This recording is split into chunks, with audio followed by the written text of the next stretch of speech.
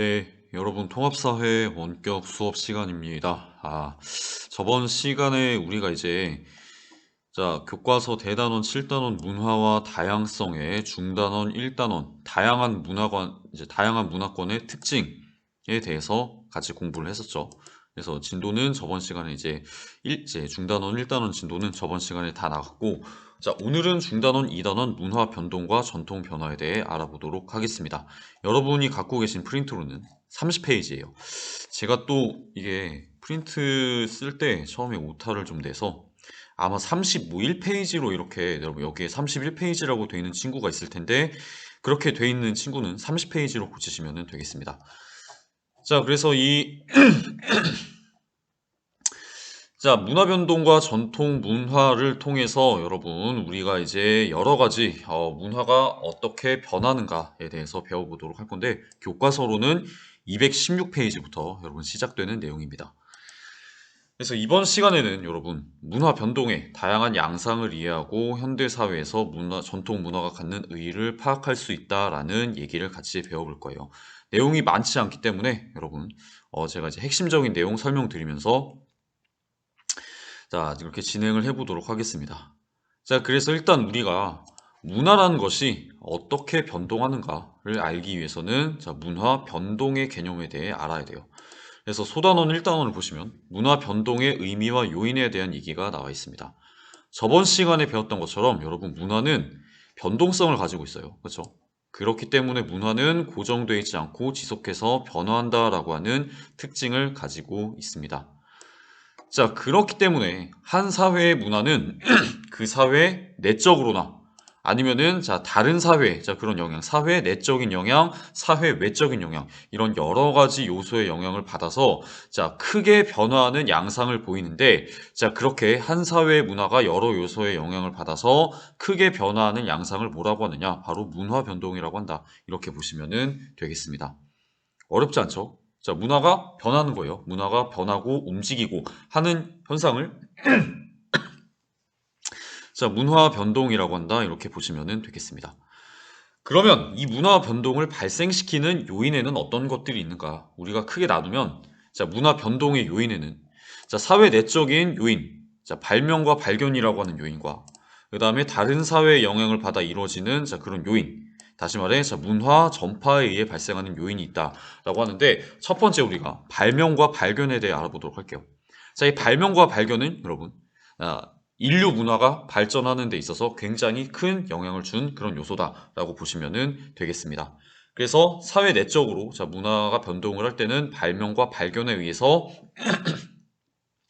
문화가 변하게 되는데, 이 두 단어의 의미가 굉장히 여러분 비슷하면서도 달라서 여러분들이 좀 헷갈릴 수 있는 여지가 있습니다. 그래서 그 내용을 여러분들이 정확하게 구분하고 넘어가시는 게 중요한데, 발명이란 건 뭐냐? 발명, 여러분 이전에 존재하지 않았던 것을 자체적으로 만들어내는 것을 말한다라고 보시면 되겠습니다. 이전에는 이 세상이 없었는데 사람이 만들어낸 거예요. 인위적으로. 대표적으로 발명을 이제 인류가 발명을 한 사례는 어떤 게 있느냐? 바퀴나 아니면은 등자, 전구, 핸드폰, 이런 것들이 있습니다. 그래서 이런 것들은 그 이전까지는 이 세상에 존재하지 않았지만 인류가 어떤 여러 가지 필요에 의해서 인위적으로 아예 없던 것을 만들어낸 것이기 때문에 여러분 그거는 발명이라고 한다. 이렇게 정리하시면 되겠습니다. 그 다음에 두 번째 보면은 여러분 발견이라고 하는 또 요소가 있어요. 근데 발견은 뭐냐? 이미 존재했지만 전혀 알지 못했던 것을 찾아내는 것이다 라고 보시면 되겠습니다. 발명이랑 조금 비슷하면서도 다르죠. 발명은 뭐였어요, 여러분? 세상에 아예 없던 거를 새로 만들어내는 거였어요. 근데 발견은 뭐예요? 이미 존재했지만, 우리 주변에 존재하고 있었지만 우리가 알지 못했던 것을 찾아내는 것이다 라고 보시면 되겠습니다. 예를 들면 어떤 거? 우리가 과학과 수학의 여러 분야에서 발견한 그런 사실들이 있죠. 예를 들면 중력. 이제 중력이라는 그런 힘이 있어서 질량이 있는 물체는 서로를 끌어당긴다라는 것도 인류가 발견을 한 것이고, 그 다음에 여러분 수학 시간에 배우는 원주율 3.14, 그 다음에 쭉쭉쭉 나가는 그 원주율이라는 비율도 인류가 발견해낸 거예요. 찾아낸 겁니다. 자, 그리고 지구가 동그란 구체라는 자, 그런 지구 구체설 역시 이제 인류가 옛날에는 몰랐지만 여러 가지 과학 기술의 발달에 의해 자, 찾아낸 것이다. 이렇게 보시면 되겠습니다. 그 이전까지는 이제 뭐 우리가 고대 시대나 중세 시대까지는 지구가 동그랗지 않고 막 평평하다. 아니다. 지구가 뭐 네모나다. 뭐 이런 얘기를 사람들이 믿고 있었는데 자 그런 것들을 지구 구체설을 우리가 발견함으로써 이렇게 좀 극복하게 됐다라고 보시면 되겠습니다. 자 어쨌든 이런 발명과 발견에 의해서 우리의 자, 문화는 굉장히 크게 변동을 할 수 있다라고 보시면 될 것 같아요. 자 그러면은 내적인 문화 변동 말고 다른 사회의 영향을 받아 이루어지는 문화 변동은 자 어떤 요인들이 있는지 같이 보겠습니다. 다른 사회의 영향을 받아 이루어지는 문화 변동은 여러분 문화 전파에 의해 발생합니다. 다른 사회의 문화가 또 다른 사회로 자 전해지는 그런 과정에서 문화가 변동하게 되는데 문화 전파는 여러분 문화가 다른 사회로 어떻게 전파되느냐에 따라 크게 세 가지 종류로 나뉜다 이렇게 보시면 될 것 같아요. 그래서 첫 번째 문화 전파의 종류는 직접 전파가 있습니다. 자, 그 다음에 두 번째는 간접 전파, 세 번째 자극 전파라는 종류가 있어요. 그래서 이 문화의 문화 전파의 종류들은 문화가 어떻게 전해지느냐, 자, 문화 전파의 방법에 의해서 구분되는 개념이다 이렇게 보시면 되겠습니다. 자, 그러면 첫 번째 직접 전파는 뭘까요? 직접 전파. 그렇죠? 이거는 한 사회의 문화가 다른 사회로 직접 전파되는 그런 방법이다라고 보시면 되겠습니다. 어떤 이제 의미냐? 다른 사회 구성원과의 직접적인 교류를 통해서 다른 사회의 문화가 전파되는 것이다. 이렇게 보시면 될 것 같아요.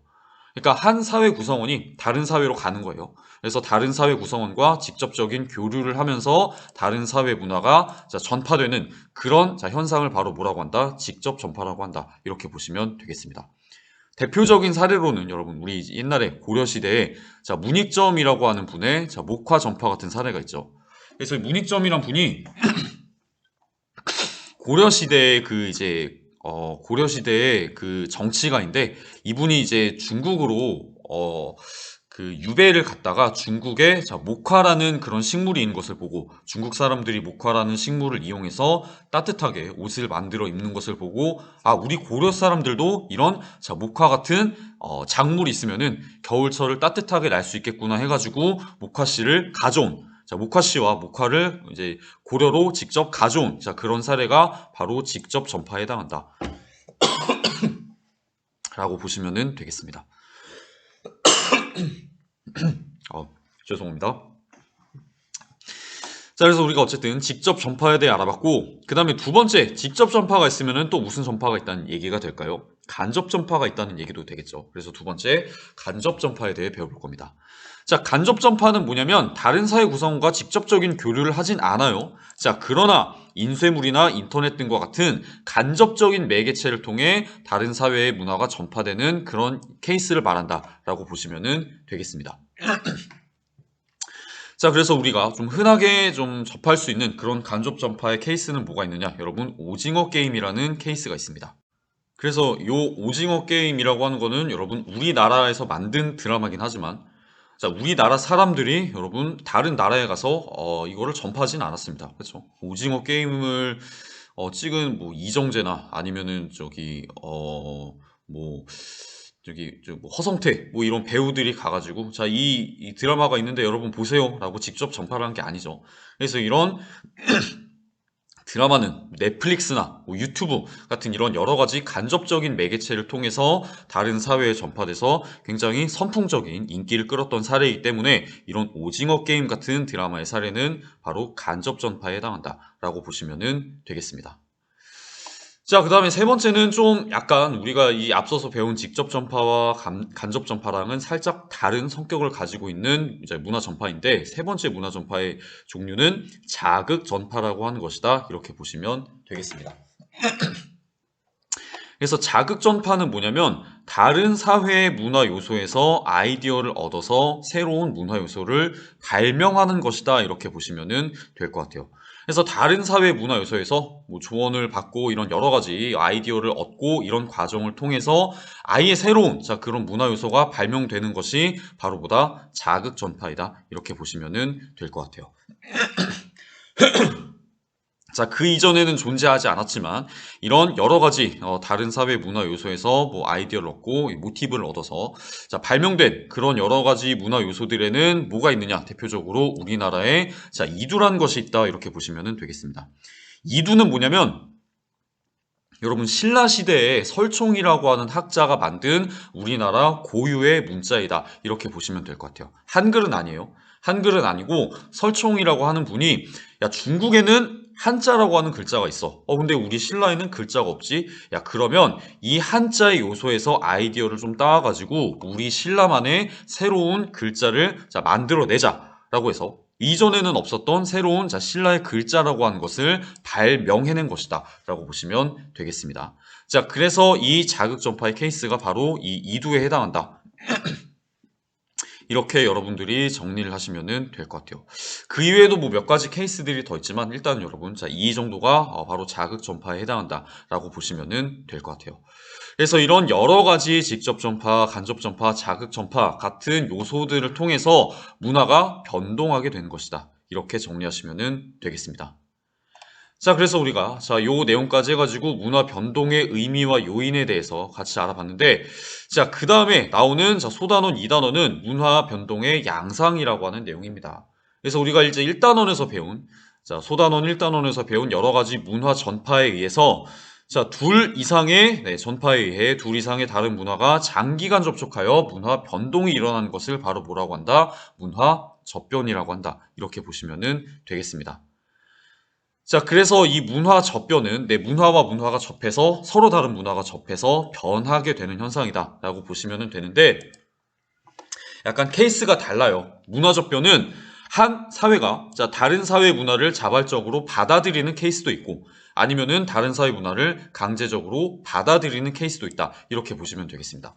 자발적이냐 강제적이냐에 따라서 문화 변동의 양상도 달라지게 된 것이다. 이렇게 보시면 될 것 같아요. 대표적으로 이제 우리나라에서 옛날에 뭐 중국의 그런 유교와 한자 같은 거를 받아들인 거는 뭐예요? 다른 나라의 다른 사회 문화를 자발적으로 받아들인 케이스에 해당하겠죠.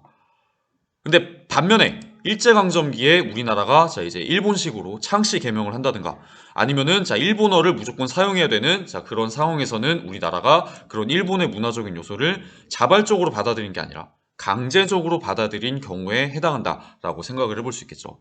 그래서 이렇게 문화 접변에 여러분 자발성에 따라서 문화 변동의 좀 케이스가 좀 이제 다르게 적용된다 이렇게 보시면 되겠습니다.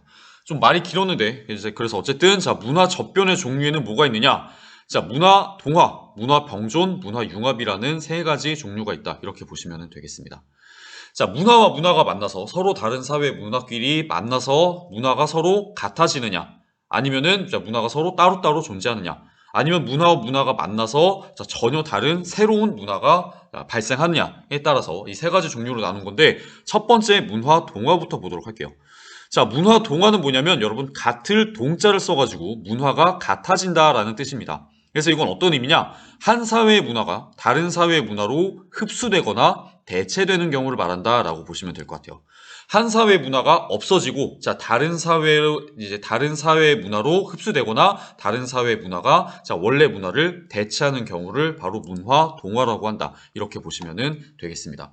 대표적인 케이스는 여러분 라틴 아메리카의 그런 케이스가 있는데 이 라틴 아메리카는 여러분 원래 원주민 문화가 있었어요. 그 고유의 원주민 문화가 있었는데 그 문화가 스페인과 포르투갈의 정복자들에 의해서 굉장히 많이 파괴가 됩니다. 거의 대부분이 파괴가 돼요. 그래서 지금 라틴 아메리카 사람들의 문화는 스페인과 포르투갈에서 온 것이 굉장히 많습니다.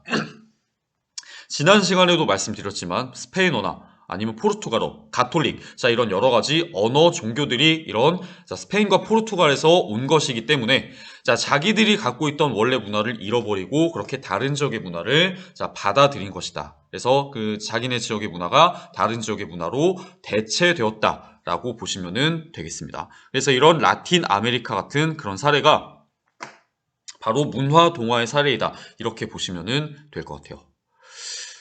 그 다음에 두 번째 보면은 문화 변동의 양상에는 또 문화 병존이라는 양상도 있습니다. 근데 이 문화 병존은 뭐냐? 다른 사회의 문화가 한 사회 속에서 나란히 각각 존재하는 경우를 말한다라고 보시면 될 것 같아요. 그러니까 문화가 여러분 합쳐지진 않아요. 합쳐지지는 않는데 한 사회 속에서 나란히 각각 존재하는 경우 자기의 원래 모습, 문화의 원래 모습을 잃어버리지는 않았지만 다른 문화와 나란히 존재하는 경우를 여러분 문화 병존이라고 한다 이렇게 보시면 되겠습니다. 예를 들어 보면은 이런 게 있어요. 자, 우리나라는 여러분 성탄절과 석가탄신일을 모두 공휴일로 지정을 했습니다. 그렇죠? 근데 성탄절은 여러분 어디의 문화예요?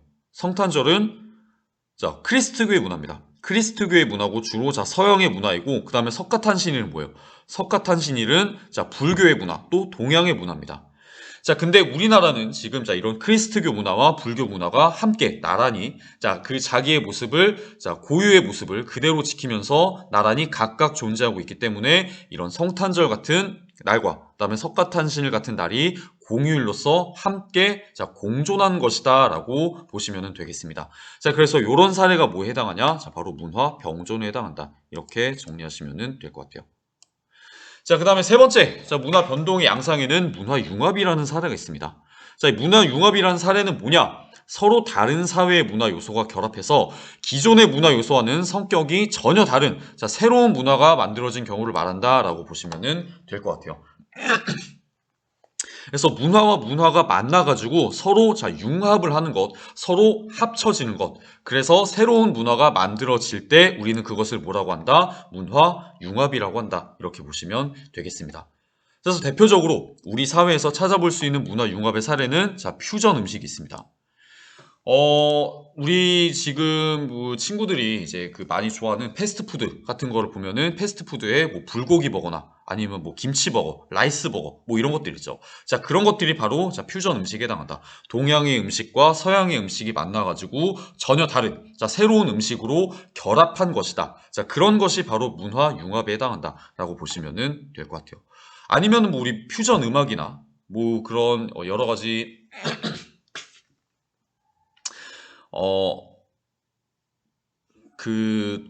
이제 미술 같은 경우로 봤을 때는 이제 동양화를 그릴 때 약간 서양화의 기법을 사용한다거나 하는 그런 사례가 바로 문화 융합에 해당한다라고 할 수 있겠죠. 그래서 어쨌든 이런 여러 가지 이제 문화 접변의 사례가 바로 문화 전파로 인해 발생할 수 있다. 이렇게 여러분들이 보시면 될 것 같아요. 자, 그래서 우리가 두 번째, 문화 변동의 양상이라는 소단원까지 함께 나가봤고, 자, 그 다음에 세 번째는 또 뭐가 있느냐?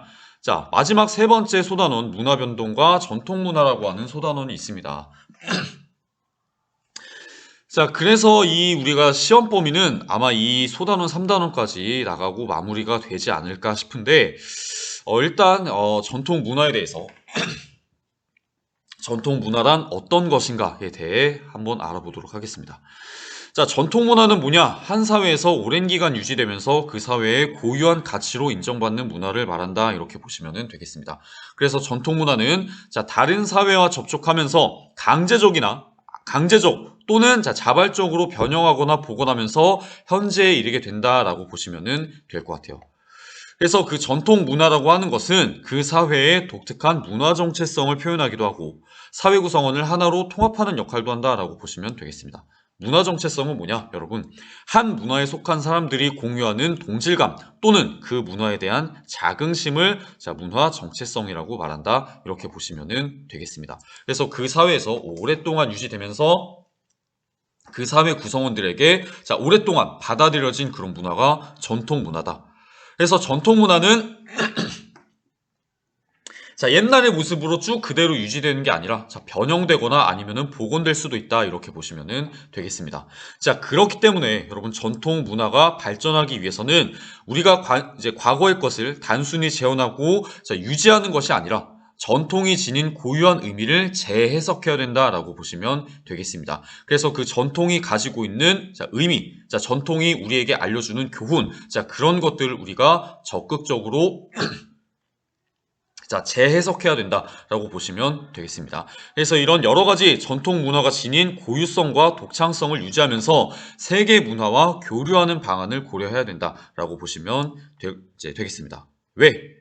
지금 우리가 살아가고 있는 사회는 여러분 세계화 시대이기 때문입니다. 우리 전통만 가지고 자 우리 게 무조건 최고야. 자 우리 것을 너희가 받아들여야 돼. 우리는 너의 것을 받아들일 자 그런 필요가 없어. 라는 자세로 나와버리면 어때요? 우리가 자 다른 사회와 자연스럽게 교류하고 우리 문화가 발전될 수 있는 가능성이 적어지기 때문이에요. 자 그래서 이런 세계 문화와 교류하는 방안을 우리 전통 문화를 잘 유지하면서 고려해야 되는데 자 그리고 보시면은 자 다른 사회나 이주인과의 교류로 새롭게 들어오는 문화가 또 현대 사회는 많이 존재합니다. 현대 사회는 여러분 세계화 시대이기 때문에 다른 사회의 구성원들이 우리나라에 들어와 살고 있는 그런 일이 굉장히 많습니다. 외국인, 자, 여러 가지 유학생이나 외국인 노동자들, 뭐 결혼 이민자들, 이런 사람들이 우리나라에 지금 굉장히 많이 들어와서 살고 있죠. 자, 그렇기 때문에 우리는 자, 다른 사회나 이주인과의 교류로 새롭게 들어오는 문화와 우리가 원래 가지고 있는 전통 문화가 함께 공존함으로써 문화 다양성을 유지하는 방안을 모색해야 된다. 이렇게 여러분들이 보시면 되겠습니다. 다른 사회 문화라고 해서 우리가 무조건 억누를 수가 없는 거예요. 야, 다른 사회 문화는 인정할 수 없어. 우리 문화를, 우리 전통을 무조건 받아들여. 라고 강요하면은 안 된다. 라고 하는 겁니다. 그래서 이런 여러 가지 방안을 통해서 자, 우리가 가지고 있는 문화를 다른 자, 여러 지역의 문화와 자, 융합시키고 또 다양하게 조화시켜 나가면서 발전하는 것이 가장 중요하다. 이렇게 보시면은 될 것 같아요.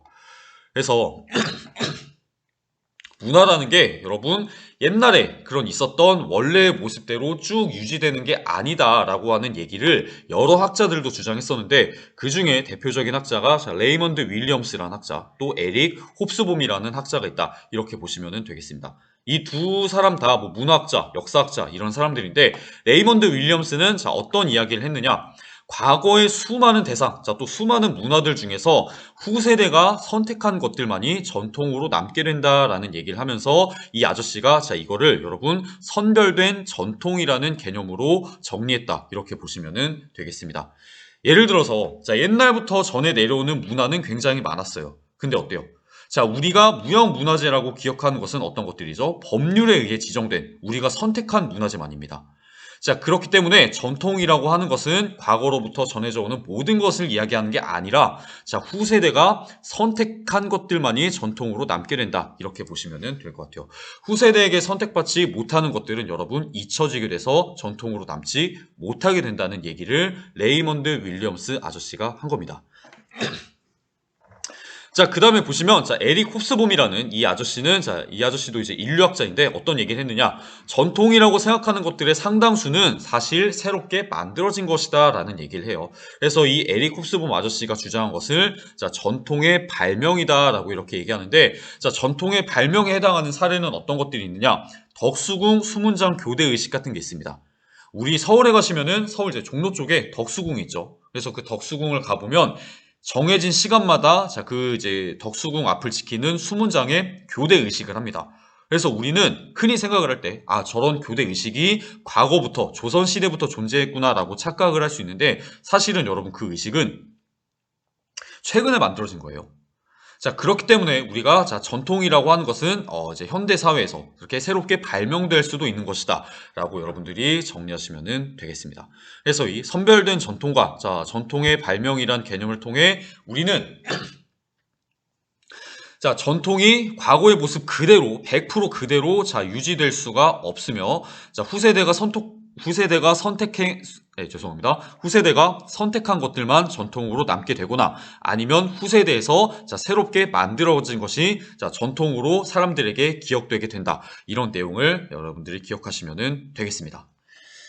자, 그래서 원래는 제가 프린트 31페이지까지 나가 보려고 했는데 다른 반들 중에서 수업을 굉장히 많이 빠진 반들이 있어요.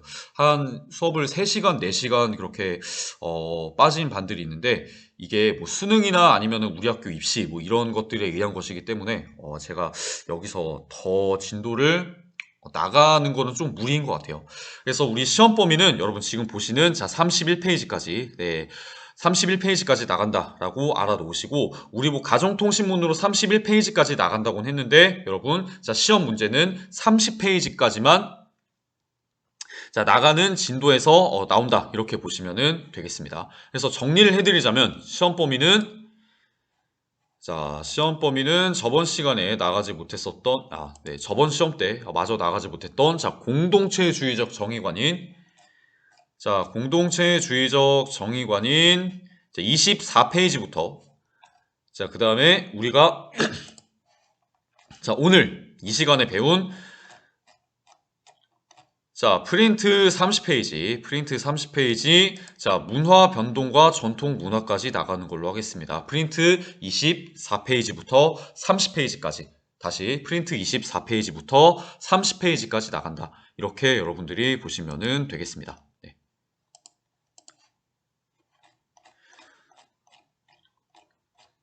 네, 24페이지였죠. 자, 그래서 시험 범위가 이제 여기까지 나간다라고 여러분들이 기억을 하시면 되고, 자, 그러면은 이제 여러분이 학교에 등교하실 때는 뭘 하느냐? 우리가 수행평가를 확인할 겁니다.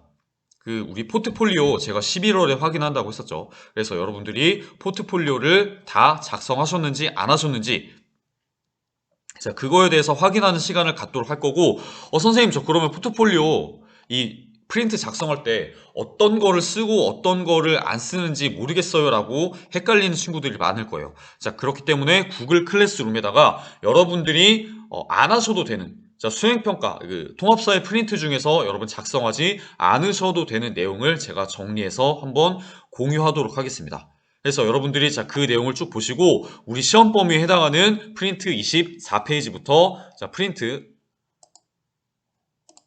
30페이지. 자, 문화 변동과 전통 문화의 이 내용까지 여러분들이 작성을 해서 저한테 검사를 받으시면 되겠습니다. 그래서 수행평가에 대해서 어떻게 채점하는지, 자, 그런 것들은 등교를 하셨을 때 제가 안내하고 그 이후에 좀 충분히 시간적 여유를 드린 다음에 여러분이 프린트 검사를 받을 수 있도록 그렇게 조치를 할 거기 때문에 여러분이 미리미리 자, 프린트 내용을 작성해 놓으시면 될 것 같고, 자, 모든 시험 범위와 자, 모든 수업에 대한 내용은 자, 여기까지 나가는 걸로 하겠습니다. 네, 여러분, 오늘은 좀 수업 시간이 좀 짧은데 남은 시간은 뭐 자습을 하시거나 네, 여러분이 좀 이렇게 유익하게 사용하시면 되겠습니다. 그럼 오늘은 여기서 마치고 이제 다음 시간에 학교에서 만나도록 하겠습니다. 네, 여러분 수업 듣느라 고생하셨습니다. 감사합니다.